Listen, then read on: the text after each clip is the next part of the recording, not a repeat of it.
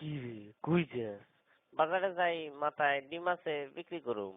শুনলাম তুই নাকি বলদ, তো বাজারে যায় মাথা ডিম বিক্রি করবি কেমনে? এটা তুই বুঝবি না। তুই অত শুনলাম কম যাস না।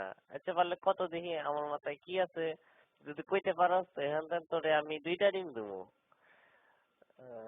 তোর মাথায় আমার মাথা দিয়ে চুলকায়। আচ্ছা কইতাছে একটু সহজ করে দে।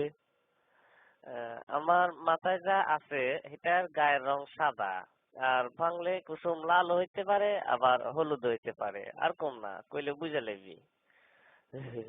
বুঝে গেছি, তোর মাথায় লেম্বু। তুই আসলে একটা বলদ। হয় নাই, আমার মাথায় ডিম। ইসিরে, এটা আমি সন্দেহ করছিলাম।